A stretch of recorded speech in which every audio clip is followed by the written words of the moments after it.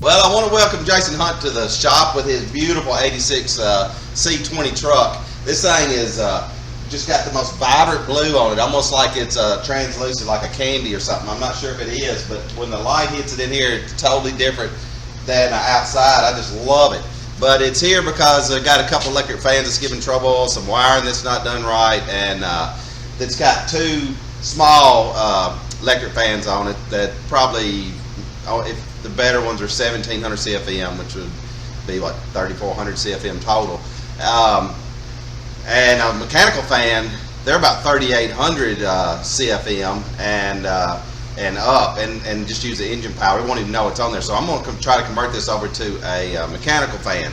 The one problem I have though is it has a front runner system on it, and it drives off the back side of the belt, which spins the water pump backwards, which makes them have to get a reversed clutch and a reverse fan, and then see if there's going to be enough tension and all that to drive the fan along with the water pump, because it doesn't get as much traction on that belt on the back side of it. So I'm not 100% sure all this is going to work out, but I know that Jason's wanting to pursue making this work as much as I do, because I love a mechanical fan because it's just so much less chances of failure.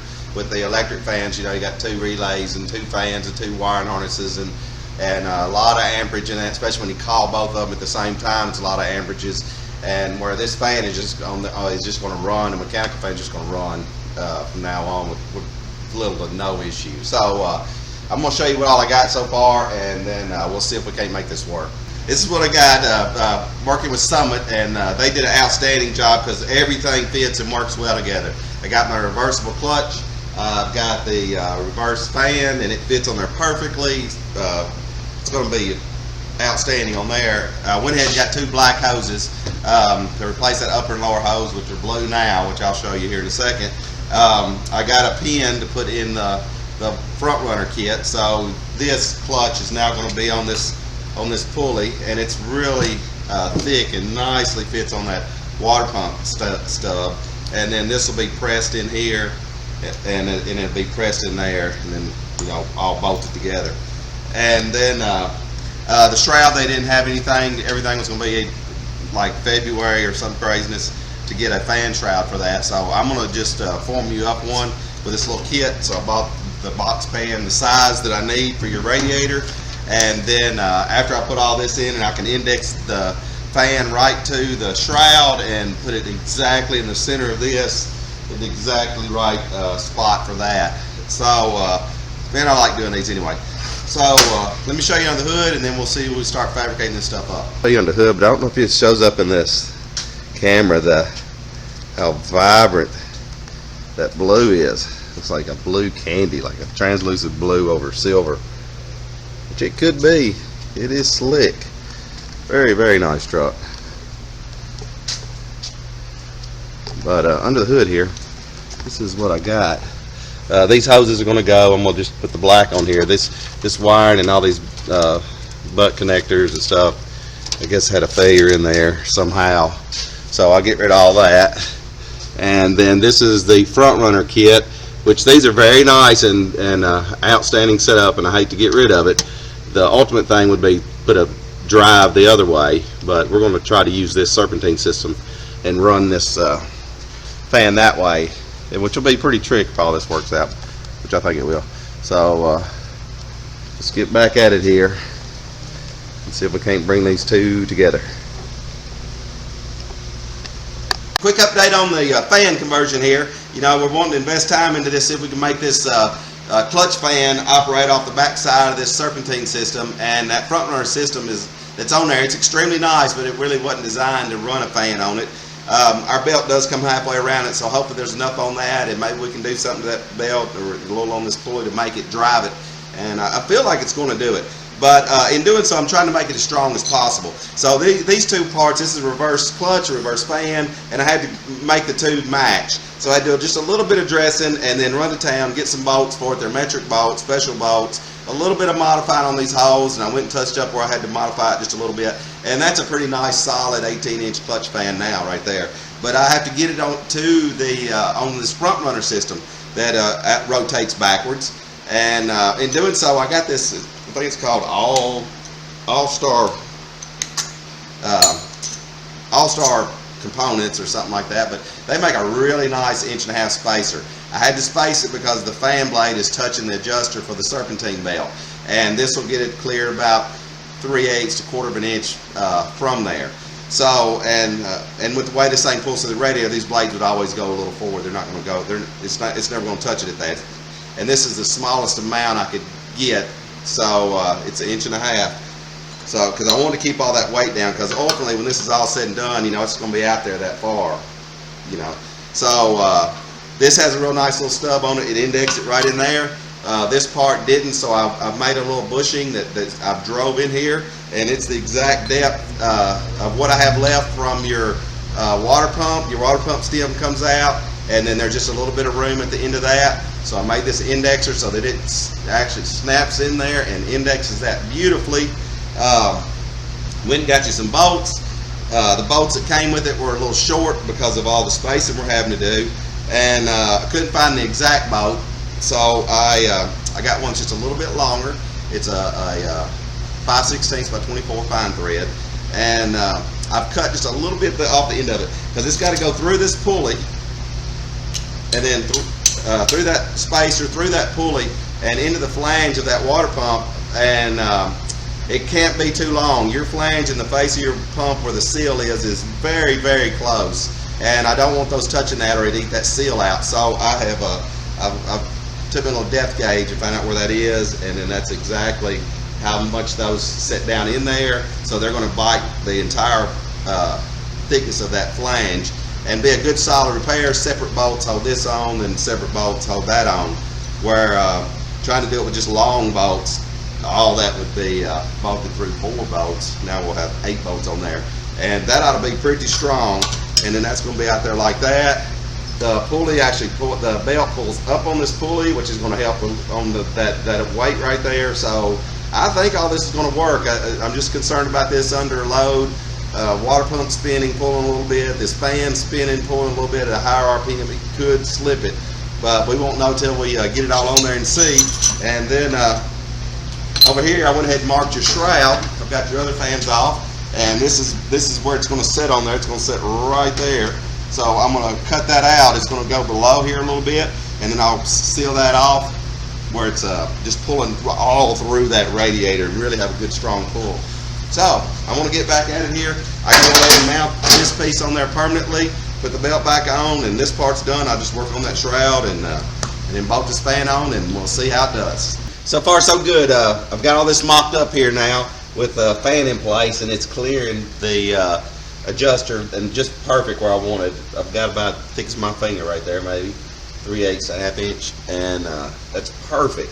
So I've got this bolted in place. The pulley is perfectly smooth and aligned with the centering pin that I've got in there, and those 4 big long fine threaded bolts in there, and went ahead and put it all together. I pre-cleaned the back of the belt so that there was no residue or anything on it, and then I pre-cleaned all the pulleys, so we start off with a good chance on this thing not slipping. So far it feels pretty good. I went ahead and pulled your hoses because I'm going to change them, but right here there was water puddled right here and puddled right there, and I think it was, or I'm pretty sure it was this seal right here. I don't know if you can see in the camera, but the seal is off of the edge of the hole. This hole and the hole where that seal is almost the same size, and I guess if it's not just dead center over it, it's going to leak. Let's see if I can get it off here. Yeah, so if it's not perfectly over that hole where this thing has some movement in it, it's going to leak. Now it's already mapped the image where it was off center a little bit in there. So I'm going to try to find another one. I'm not sure if I can. I might have to put this one in there and clean it and maybe put some type of sealant. I'm not sure what I'm going to do right here yet. Or I might could get a gasket. But I've got to do something to try to make that seal off. And then this is the sender for the old fans, and it's oxidized and looks kind of cruddy, and that wire, I can get rid of that wire. So I'm going to tuck that wire inside here and pull that out and put a nice plug right there, because I mean, when you first look at the motor, that's the first thing you see. And I'll probably move these wires down and kind of hide them just a little bit while I'm moving those wires around. I found another couple of wires over here that need a little addressing, and I'll show you that later. But I'm gonna stay on this fan right now because I got a lot of work to do with this shroud. This shroud's gonna be a lot of fabricating. Oh yeah, that wire was too long to begin with, and this is what was on the end of it. So I went ahead and cut it to length, and then put you heat shrunk, crimp, solder, and the exact end. This end, I was a little large, and that's the exact one for it. And now it's perfect fit. And going to clean these wiring up a little bit while I'm doing that and getting rid of this, and put a nice plug in there and just make this little area look a lot better. Now I'm going to go ahead and mount the shroud. I'll show you what I've got going in there, but I've got the fan mounted and all that stuff in place. And now I'm going to index this onto the radiator, and then go back and make this mark again with my fan, and then make a shroud. It's going to kind of drop down. This is all. So the fan is bigger than the shroud, so it's going to drop down below it. So I'll run that down, then box all that back in, and this will be a really nice custom fit shroud for this. Now it's just a little bit narrower. It's the largest, tallest I could get. So I went to Lowe's and I bought 3 different styles of aluminum here. Some flat stock for the sides, and then this for the ends. I'm going to mount it kind of the way it was before, but instead of just having little tabs, it's going to be completely boxed in, and it's going to be raised off of it just a little bit so that it gets those top fins through there, so all the air can come all the way through this thing. I want this thing to be sealed off as much as possible. So I fit the ends of I've dressed them down where they actually just fit right in there so nice and tight, and the other one's the same way. And then I'm fixing to rivet these together, rivet these on the ends of this, and then fit that on there, and I'll probably rivet in some little extensions on the ends where I'm raising this just a little bit, and then put it back in there and mark it, and then we'll start making around the fan shroud. You can see how much better this all this wiring looks now down under there, and it's got the soldered and crimped in there. That's the main feed, charge everything. So the way that was before would have oxidized and gotten loose. So now that's nice and tight, and got your new seal on there, and that clock where it needs to be, and the sender out. And I kind of cleaned that intake up a little bit, and cleaned up and dressed up that oxidization on that sensor right there. And yeah, it's looking good so far. It's looking really, really good. Really looking nice. I'm fixing to index it where I can get my shroud, start fabricating it on the pan here, and it looks real nice in here, and I think it's going to work real nice. But the way the radiator is mounted, it's really not mounted well, and I need to index it so that I can locate my shroud. You can kind of see in the camera this is kind of bent, and these little bumps in there, the little rubber mounts don't fit right. So I'm going to take all this back out and index the mounts at the bottom, and kind of maybe even secure those down somehow, and make it where this thing will lock into one spot, because it's not mounted very well. So I'm going to show you when I'm indexing for the fan shroud. The radiator is really not located anywhere. They had it on these little blocks, which there's nothing wrong with these little blocks, but they weren't fastened down, so they were kind of twisted and leaning over and stuff like that. So I've drilled 2 little holes in it and countersunk, and I'm going to put these little countersunk heads down there and actually lock these down, and then put a little bit of glue on those lower rubbers on that, so that these are anchored at the bottom. And then that'll index everything else, and I'm kind of redo this top piece. It's kind of bent and it doesn't grab real well, so I'm going to make this bottom pretty strong and solid, and then mount the top part. Then I'll go back to indexing the shroud there. Alright, let's get a look at how it's coming and see how this is fitting. And I've got it just about a 1/2 inch all the way around it, and I'll have to make it more accurately round, but I'll do that a little later when I'm mounting it. But down here you can see how much better these are now. So now I've got your aluminum blocks actually secured down with a screw through them, and then these are glued in with the yellow glue on both sides. Put glue on the rubber and on the piece of aluminum, and then cinch those down in there and let those set for a while. That is way way better than what it had in there. So and then over here on the table, I'm getting this ready. I'm going to prep these little areas right here to receive that rubber just a little better. Just cut that back a little bit and this one back a little bit, and it'll cradle that weld and make it a little more stable. And then I'll put this back in there and it'll be indexed, and then I can mark for my fan. So far so good. That looks pretty good on there. And it's on there very well. Got it riveted, and then bolts out on the top, and then that piece bolts on the bottom, and it's completely sealed up. I'll put a seal down through here too when I final install, so that it's really pulling through that radiator. This is the piece I need to work on. These don't fit in here too well. This is the wrong one, and this piece is bent, and I'm not sure what I'm going to do with it yet. It's very thin, weak feeling, so I'm going to see if I can't do something to it to strengthen it a little bit. Alright, Jason, now I've got this radiator perfectly indexed. Redid the bottom mounts, redid the top mounts, straightened this piece here, repaired how these went through here, and I've got them all pulled up in there and glued, and straightened this landing. So this piece is a lot stronger, and it's up there with a nice, it was sagging and not fitting well, and it's got the radiator locked in there pretty good. So now that I've got that where it needs to go, I'm going to index this ring right here onto this fan shroud. Secured this up at the top and did one final test fit for the shroud so that I can index this exactly where it needs to be, because I'd like a 1/2 inch all the way around that so it draws real good fully through every bit of this core. So I've got this pan here just set up just a little bit off of here, and then I'm going to seal this off completely, and then when that 18-inch fan fires up, it's going to pull through every bit of that core and hopefully get the most bang for our buck. I'm using buck rivets, so it's all going to be buck riveted together, and I'm trying my best not to scratch it up as little as possible. I don't know if I want to polish all this or how far you want to go with it, but try to not scratch the sheet metal that I have here, the aluminum.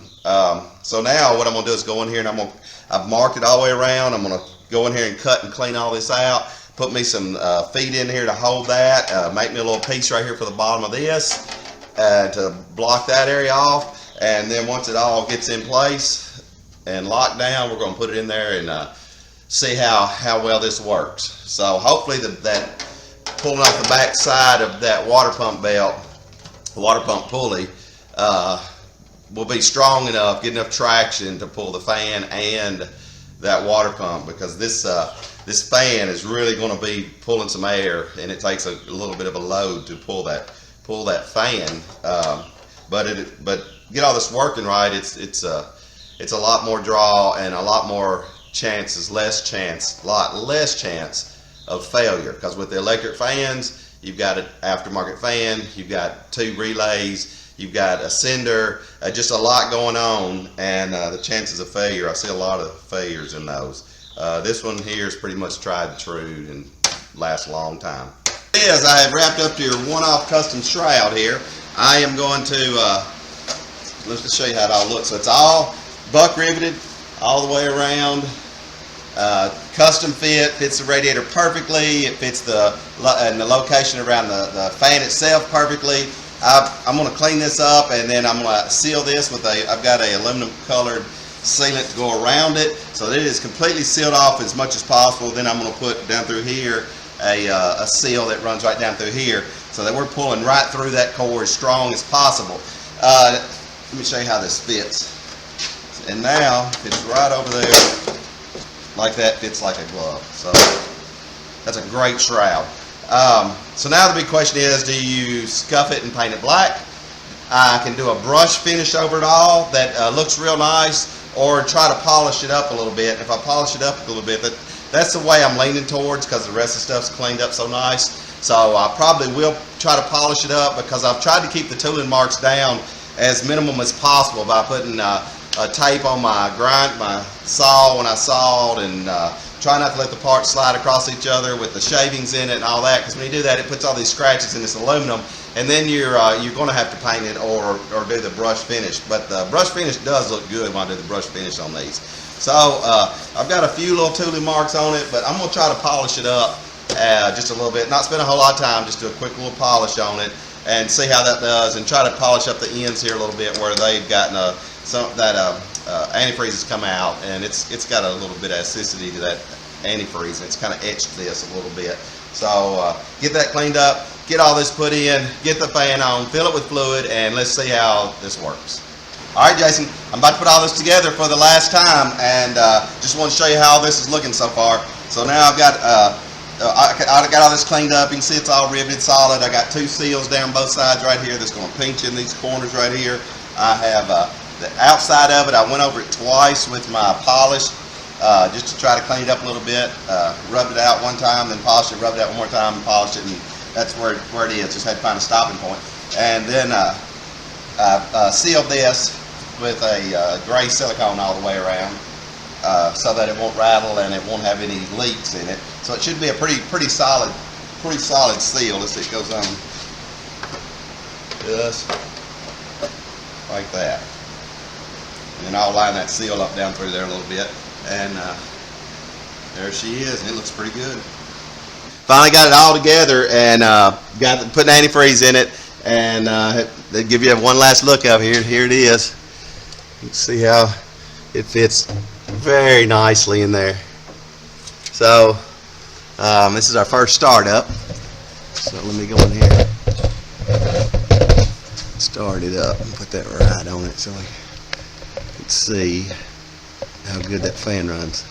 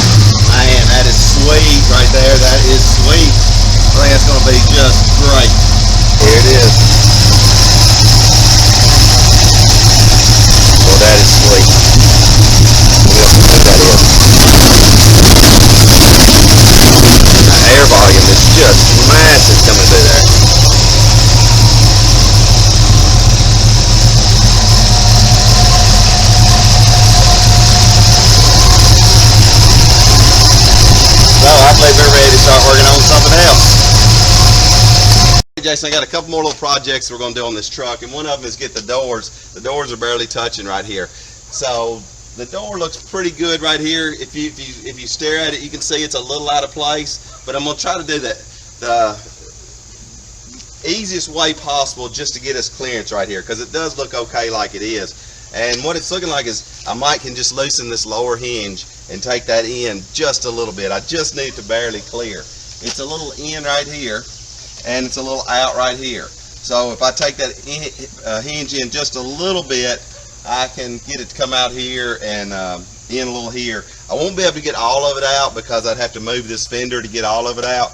But my goal is just to get it to stop touching the door, and I'm going to try to come up with a way on the other side to do it.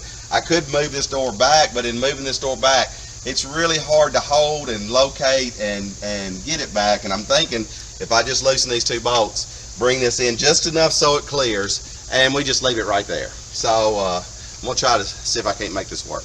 The door and fender thing has become a little more complex. When I took that loose, the fender is pushing into the door, so there's a lot of tension on that, which tells me the front end's a little bit too low. And then I got to looking at kind of how it's set up here, and you can see where it's a little low here, and you can see where this body line was a little out. So but with it down like that, it's just pushing that very, very hard in there. So I took the front body mounts out and I raised it up to see what it would look like. And when I was in there, I found that they had these in there for spacers, and they're smaller than the bushing up here, and they had sunk down in it. I had to drive them out of it, so it had collapsed that much. But I have these larger ones they're way larger, and they're designed for that. It's how big that is compared to those, and it'll cover that whole surface. And and then I'll adjust it. I've got it loose right now on both sides, and I'm going to raise this front end until it's got a good relaxed opening right here where I can just bolt it right to it, and I'm going to do the other side the same way, and that'll be the spot where I'll stop the shims. But so far so good, because I can't move it too far because I got a fan shroud in there that I just built for this thing. If I'd have known this before, I could have leveled all this, but I just didn't know before. So quick update on the door fitment here. When I unbolted these, this fender was so tight in there, it had so much pressure pulling it forward, that told me this front end was a little too low. So I took that front end loose and put a jack under it and raised the front end. And when I did, I could see where it had these spacers under there, 3 on one side and 2 on the other, and they were smaller than the bushing, and they had just collapsed in the bushing, and it was just back flat bushing again. So I put those wider ones in there with one more that's about that thick with it on each side, added that to it, tightened it back down, took all the shims and bolts out of this right here, and it's just laying there. And look, it's almost perfect just laying there. It was just that much too low in the front, and it just had all this drove into there. So now I'll really be able to fine tune that in best that panel will let me, and not have any stress on it, because I mean, it's just sitting there and it's perfect on both sides.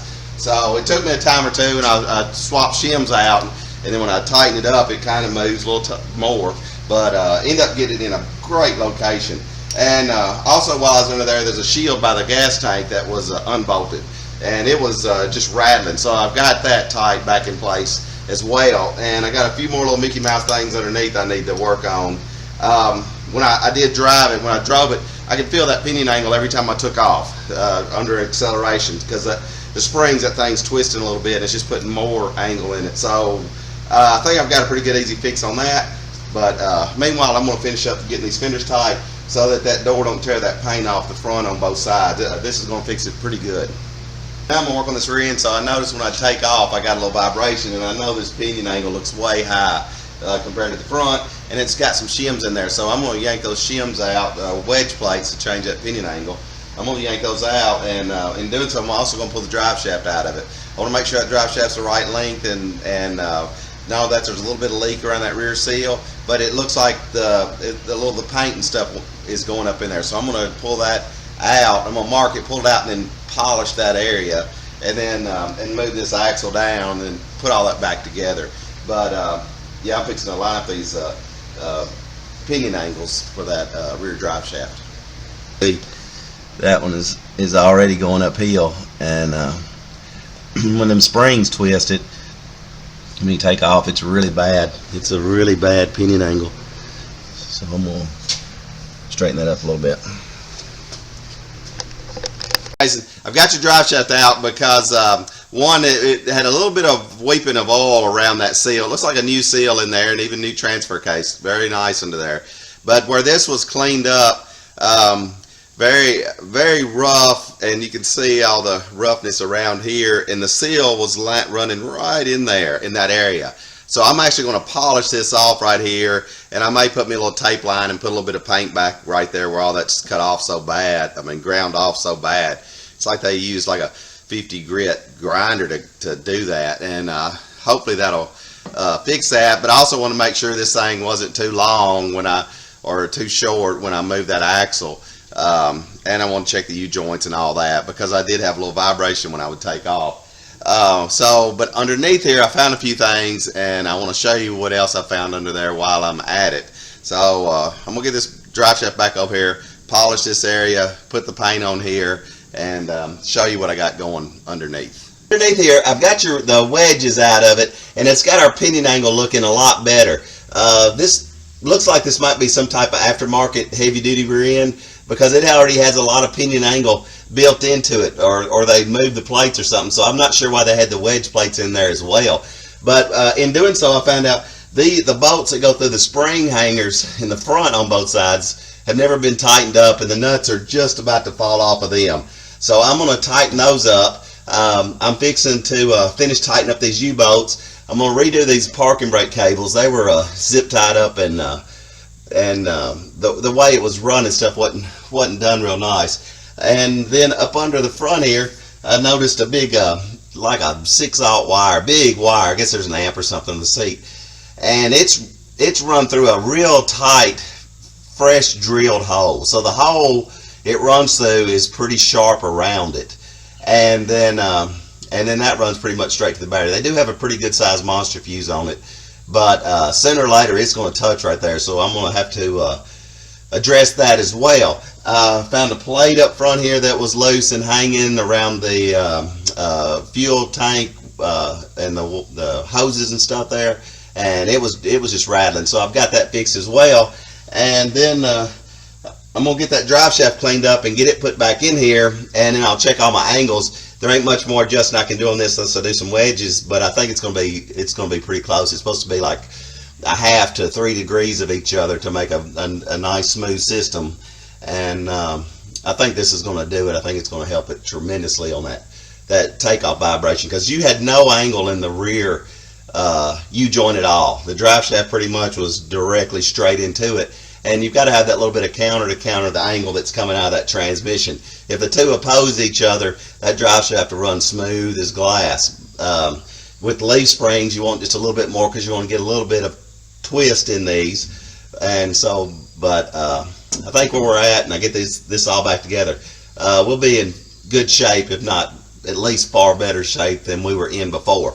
And then here and there I went up through here and I found just different bolts and miscellaneous stuff that's loose here and there, and I'm going to tighten all that up as I go along. So I'm going to finish getting these U-bolts tight. I've already tightened them once. I'm going to go back and ping them and make sure they're set properly, and then retighten them. I had to take the spring packs completely loose because it was the through bolt with the pin in it went all the way through, the wedge and all. So I had to completely drop the rear end down, scoot it back, drop the pins out, drop the wedge plate out, put the pin back in, trim the pin, rethread the pins, and then tighten it all back up. So so far so good under here. I think this is going to be a big improvement underneath here. To show you how your drive shaft looks now. So I went in there and put some black paint back in there and then polished all this up real nice. So hopefully that's going to seal now. And just got done tightening these rear U-bolts, and I got them really, really tight. Then I peened them, then tightened them again. And I went ahead and checked the front ones, and the front ones were a little loose too. So I got several good turns out of all the ones on the front as well while I was doing it. So also I went ahead and checked the rear spring eyes on the back. And I'm going to tighten those front spring eyes bolts up here that are loose. I mean, the nut is almost going to fall off the inside of those. And try to get all the bolts I can. I don't know if I can catch them all, but I think I can get pretty much all of them underneath there. Anyhow, I'm going to get back up on there, put this drive shaft in, and check my angles now. I'm back on the wiring under the hood. I just got done bleeding the brakes, so I vacuum bled them. Vacuum pumped them all down quite a bit, and hopefully that works out good. And I think I'm about done, but I just keep finding little stuff here and there. A lot of the wires has these crimps in them, and the crimps are eventually it's going to oxidize and cause trouble. And these are the grounds that I'm finding, a lot of grounds. And when I do find them, I find that they're just bolted right to the painted area.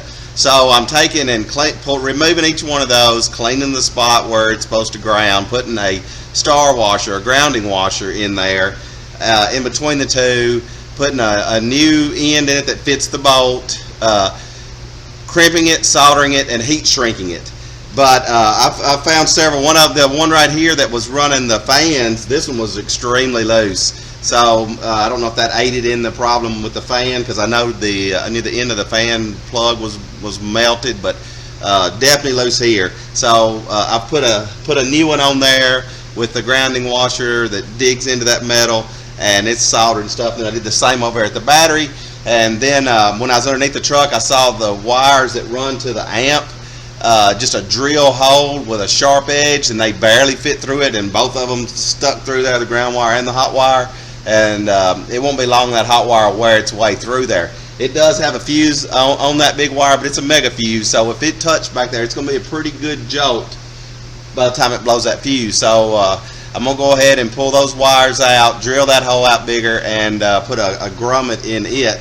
And then when I was moving the seat, I found the seat was loose. All 4 bolts were just finger tight in there, so I've tightened all those bolts. And I've just found little bolts and stuff just everywhere, different things I've tightened. Some of the spark plugs were loose, and I tightened those, and I don't know, trying to find it all, and I hope I find it all, but I might miss one or two here and there. But I'm really trying to go over everything because it's like a lot of this stuff just got thrown together there towards the end, and we need to make this thing dependable and safe. So I'm going to show you what I'm got going on the inside. Back here, this is the wires where they come through. So I'm going to take these wires loose and pull these back through the floor, and then I'm going to drill that hole out big enough to accept a grommet and run that back through. You know, it's a pretty big wire right there, and like I said, it is laying right on a freshly cut drilled hole. I can't believe it's done that way, because it is going to wear its way through that and touch that body. And then these bolts here were the ones that had the seat was just barely bolted in. I mean, just barely bolted in. So I got all those nice and tight now, and I'm gonna go over some more of this stuff on the inside and see if most of it's pretty tight and secure, hopefully, and then maybe take a look at the air conditioner here in a little bit. I think I got something figured out on this shifter. You know, I told you we probably need a column to replace it, because this stuff was so wore out. This pop metal was wore out. The spring is broke, and it was just a lot going on in there. But yesterday evening, I thought I'd tinker with it a little bit. This is the pin that goes through it that was in here. And I had a bunch of old parts and pieces from some other columns, and I had one that had a little bit larger head on it, and it was just a little bit longer. So where this was all wallered out in the pot metal, I ground the head down to where it fit right down in that wore out area. I had to press it down in there to get it down in that. I took this apart, I pulled that spring out, and I stretched it just close to 1/4 of an inch or something like that, because that spring's not available. It's a spring kind of like this one, but it's really heavy duty, and I had nothing like it. So I was just trying to make something work. Then where the slack is, where it's wore in between those two, I took a stainless steel washer and drilled it out a little oversized, and then dollied it down flat until I was able to wedge it in between the shifter and the body. So, and I've got some lube on it, and it's pretty tight right now. It's going to take a little bit of loosening to get that where it will come loose easy. And then out there, I changed some stuff around where some of the shims were gone. I had some shims I put in that, little bushings that go in there, and now it works pretty good. Feels good. It's solid. It's just a little stiff from where it's so tight, but that'll loosen up, I think, after time. So I've only got a couple hours in this, so I think I've saved this column. So you'll just have to drive it and see how it does. In time, we'll see. So yeah, maybe save just having to take and change the column out of it.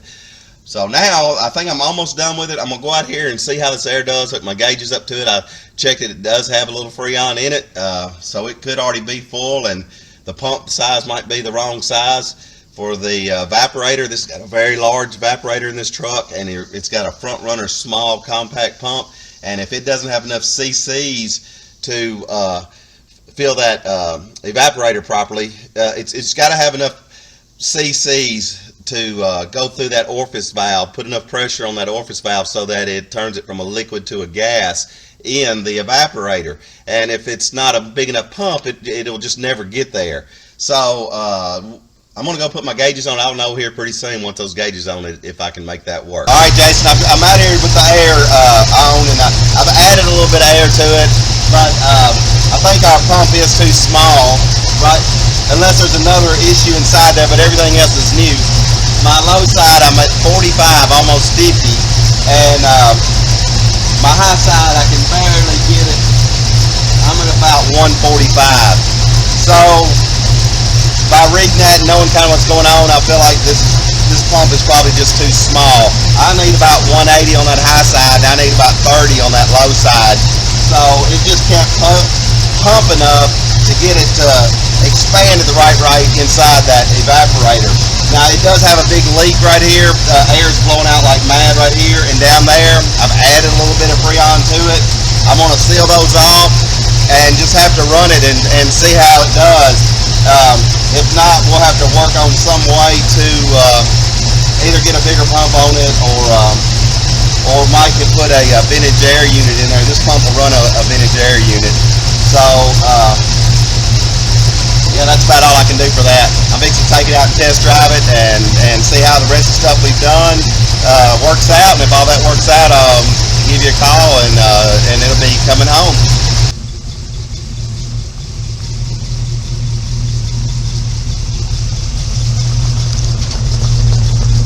All right, Jason, I think it's all about done. I'm just going another test run around here, and if it's all good, she's coming home to you. So I'm gonna go cruise around for a little bit.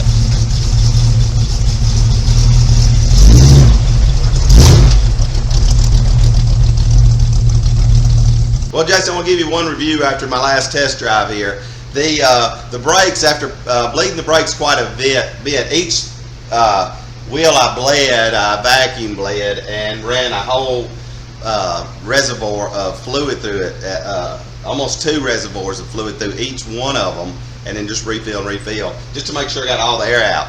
But they still feel like it travels a little too far, maybe a little spongy, I don't know. So I checked your proportioning valve. You have a PV4 proportioning valve, which is a proper one for disc front, disc rear. The master, though, I'm not so sure on if it's the right master, because a master for drum brakes and the master for disc brakes sometimes is a little different. It's sometimes with the disc brakes it takes a little larger piston in there because of the more volume that you're moving, because the piston's so big as opposed to a wheel cylinder. And then it comes a point, I mean, you can keep adding size, I think up to 1.16 inches, where it starts making it a little resistant on that pedal, where it makes it a little harder to feel, so harder to push. So we'll may have to balance that out or piddle with that master cylinder, I'm not sure, but I really bled it a lot and it still feels just a little spongy.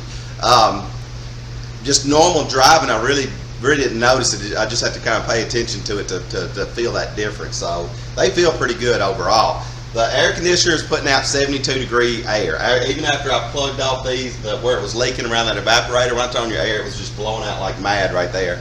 And I thought maybe the wind and stuff might help it, but the airflow of going down the road.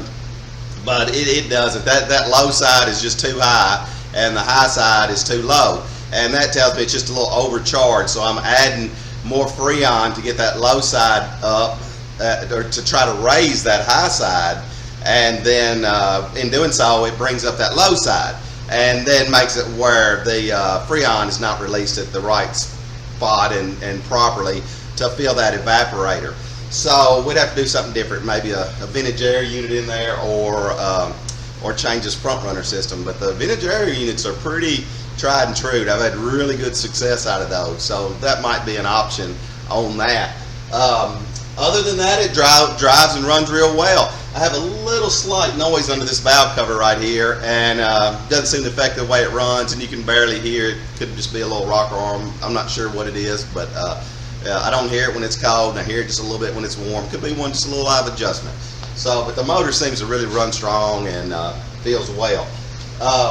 Other than that, it seems to do doing good. It has a lot of slack in that rear end, like we discussed earlier. You kind of feel that.